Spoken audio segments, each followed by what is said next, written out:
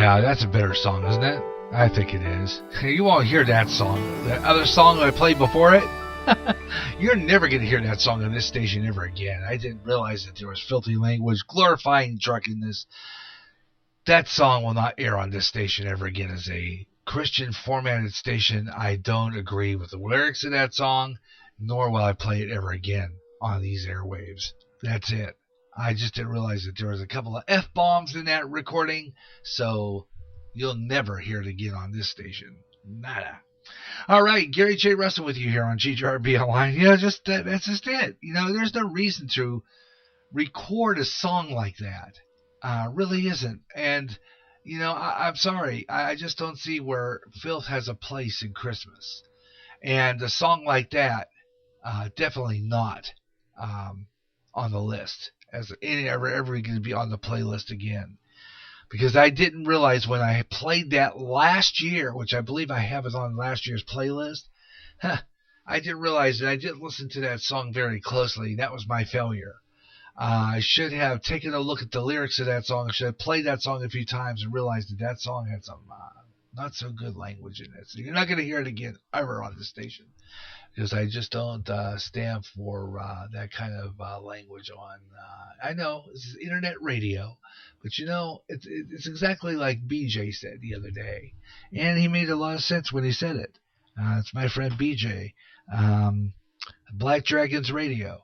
There's no need to have that kind of language in a recording, and you'll never see explicit ever on GJRB's programs. You'll never see an explicit sign ever on GJRB programs because I don't believe in it. I don't believe in using that kind of language on the radio, and I will always be that way about it.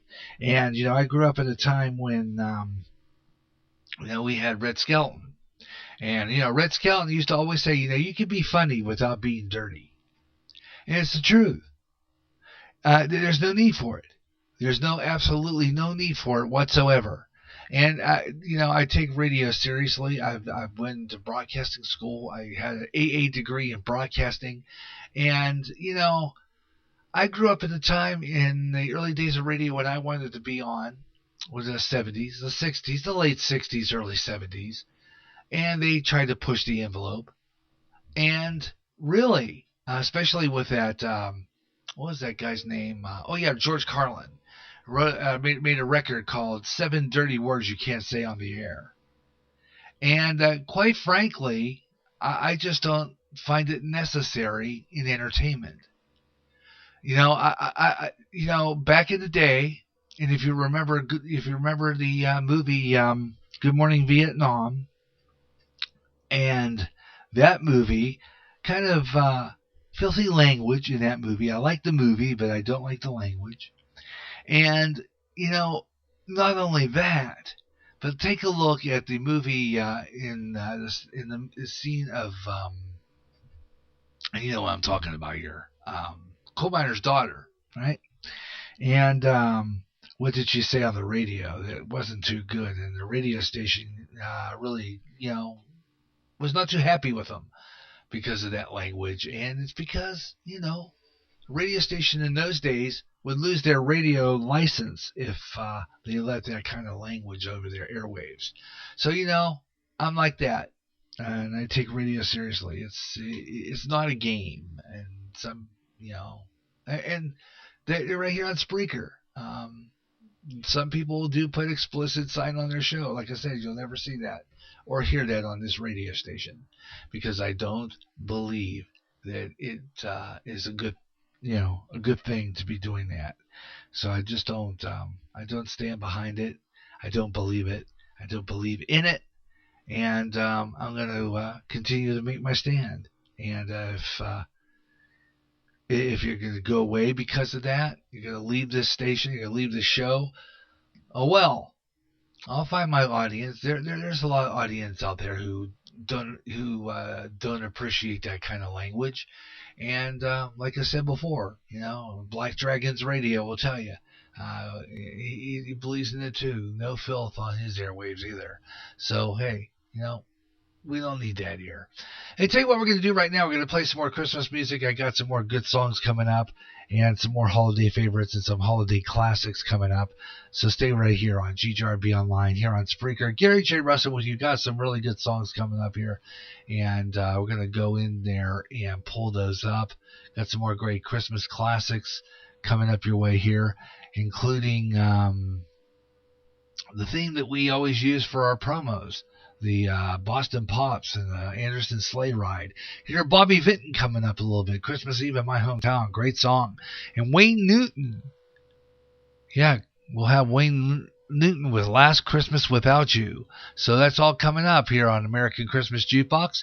I'm Gary J. Russin. Hope you'll stay with me throughout the afternoon for some of your favorite Christmas music.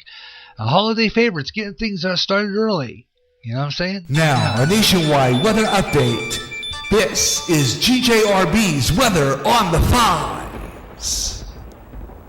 And let's do that right now. Let's take a look at our weather on the fives. Currently, let's take some of the current temperatures across the nation. Especially now, we're going to be alert because the Midwest right now, there are some winter storm watches for a lot of Midwest states at this point. Where I think we're going to be one of them. Also, the Minnesota, Montana, but all of it, Minnesota, Montana, all the way up into Dakotas, are all going to get. We're looking at a storm. I just mentioned that about a few moments ago, about last hour, that we're headed into a winter storm watch for pretty much the upper Midwest, and we're going to keep an eye on that. Right now, 50 degrees in Boston, Massachusetts. New York City is also checking in with 50. It's expected to be 52 degrees in Washington, D.C. Charlotte, North Carolina, expecting 58. 61 down in Atlanta. 63 in Orlando. 74 in Miami, Florida, so you got some more of the warm spots yet. Houston, Texas, checking in with 78 degrees. 71 degrees in Dallas. At this point, 63 in El Paso, but as you get further north, okay, that's where you're going to run into some interesting weather. 36 degrees in Billings, Montana, 44 expected in Seattle, Washington, and 37 degrees in Fargo, North Dakota, 38 degrees in Rapid City, and as you get down to Cheyenne, Wyoming, it's going to be there. Tonight's lows, 25 degrees in Bismarck, 31 degrees in Minneapolis, St. Paul, 33 in Omaha, Nebraska, 33 also for Des Moines, Iowa, and 39 for Kansas City. All right, we're going to take a look at some of the weather in some of your areas. Tomorrow's high temperatures are going to be 39 degrees in Omaha, Nebraska, while it's going to be 60 degrees in St. Louis, 68 degrees in Birmingham, Alabama. Shreveport, Louisiana is going to have 68. As you get down to Tampa, 75 degrees. And I forgot to plug in my weather. Okay, we're going to plug that in right now because it's time for Weather Nation. West to east and starts Wyoming. Cheyenne getting some of the first of the snowfall, appreciable snow falling into the area. And as it climbs on down to the south along I-25, just about to get into Denver, some of the snowfall over the next couple of hours. We're just now seeing the genesis, if you will, of this whole storm system getting its act together and then moving across the Colorado Rockies, the Northern Rockies, back into the west across Salt Lake City and down to the south into Utah. Some of your precipitation that'll be moving in that general direction as well. Portland to Boise through the rest of this area, western Montana. Some of that snowfall there too. That's scattered, sporadic snows that are taking place there at the moment. But north here into Salt Lake City, a little bit more organized just to the east of the Lake Ogden-Logan area. And along I-15 or I-80 coming in from west to east. You go north, you're back over to Wyoming near Casper. You'll find some of the snowfall there as well. That has picked up in the last 15 minutes or so just off to the west, as has what's happened here to Cheyenne and I-25. This is just now beginning to build in. Going to be in Denver here. There's some snow that will be starting in Denver before the late drive. A couple of inches may take place, and then there's a lull in between then and midnight tonight, I think, before it really gets to kicking again. But there's a road 470 that goes around Denver, Colorado. There's a private toll road. The northern part and western side of which could be looking at 15 or 16 inches of snow. The southeastern side 3 or 4. It's going to be, there'll be a cutoff line somewhere where it's really exponential between how much snow you get. And this time around, it's typically like that in Denver anyway. You have to check every hour to see where it's coming. Back to the east again, though, we go. And I can show you some of the rainfall here into the upper Great Lakes, Milwaukee, back over to Detroit. It could be snow, but this is all rain this go around. And there at the moment, it's raining now to the west of I-75. You get back down to the south into Detroit, over to Kalamazoo.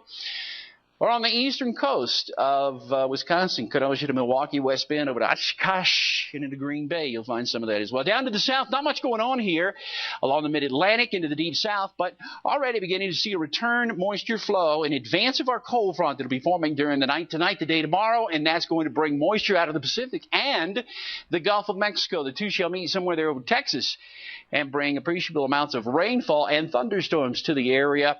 Matt, as we get into it'll be late tomorrow evening. I'm thinking like 4 or 5 o'clock now. I'm going to go from covering snow in the morning in Denver at 4 o'clock in the morning to covering thunderstorms and maybe tornado possibilities late. I mean, we like things interesting here, Weather Nation. It keeps us kind of, hopping. But 3 different storms in a few days, and also the threat of severe storms, all leading up to Thanksgiving Day on Thursday. That is a lot going on. So I'm going to kind of review the holiday week of snow. First of all, we've already got the first big snowstorm ramping up. It's going to be heavy snow for a lot of folks this week. And there's the first storm going from the Rockies to the Midwest. And this could be up to 20 inches of snow, maybe even more than that in certain areas. We'll show you where in a second. It's already started today, ramps up tonight, goes through tomorrow, in through Wednesday. So that's the first big storm. And then there's another huge storm coming on across the west coast. It'll be rain along the coastline, but as it kind of ramps up out across the Sierra Nevada, you get that upslope. It is going to be feet of snow in the mountains of California.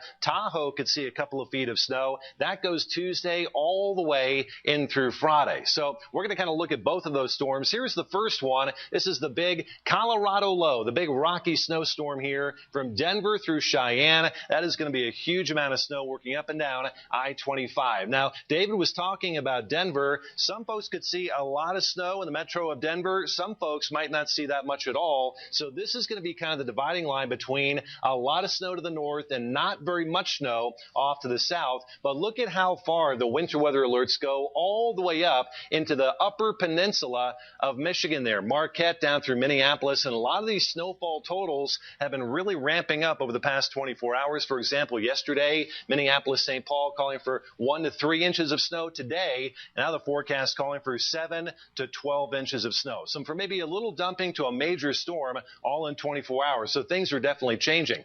Here's the Colorado low coming right across the Rocky Mountains. There's all the snow following in behind it. A little dusting of snow up towards the Dakotas, but there's that big swath of snow going all the way up into the UP of Michigan. Difficult travel, gusty winds, 35 miles per hour, maybe even more, and very heavy snow. That's Monday into Tuesday, and then by Wednesday, it's really a Great Lakes snow event and eventually some northeastern rain. That's the cold front, by the way, that kicks up a chance of severe storms throughout the day tomorrow. So here's your Tuesday snapshot. Snow coming in from Omaha through Minneapolis all the way back through Denver ahead of the front, and along the front, it's going to be rain. Heavy rain, Detroit, Chicago, St. Louis, all the way down in through Houston. Sweet spot for storms going to be right in there. Houston, Little Rock, up through St. Louis. That would be Tuesday afternoon. Then by Wednesday, that second storm starts coming on in out across the west coast, and we're looking at feet of snow. This is a huge snow coming in. Places like Interstate 80 out across Truckee, California, Donner Pass,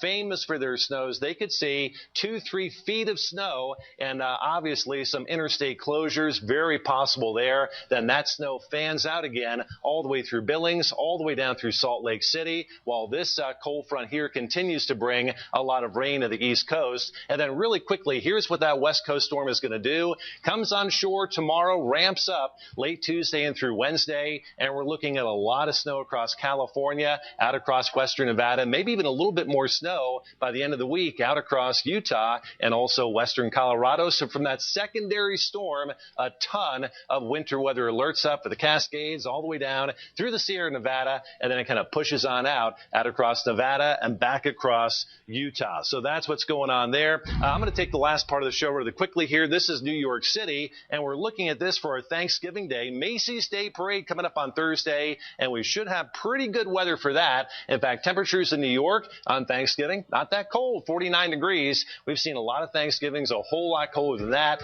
Upper 40s in Boston, mid 50s in Dallas. Houston, that's looking good there at about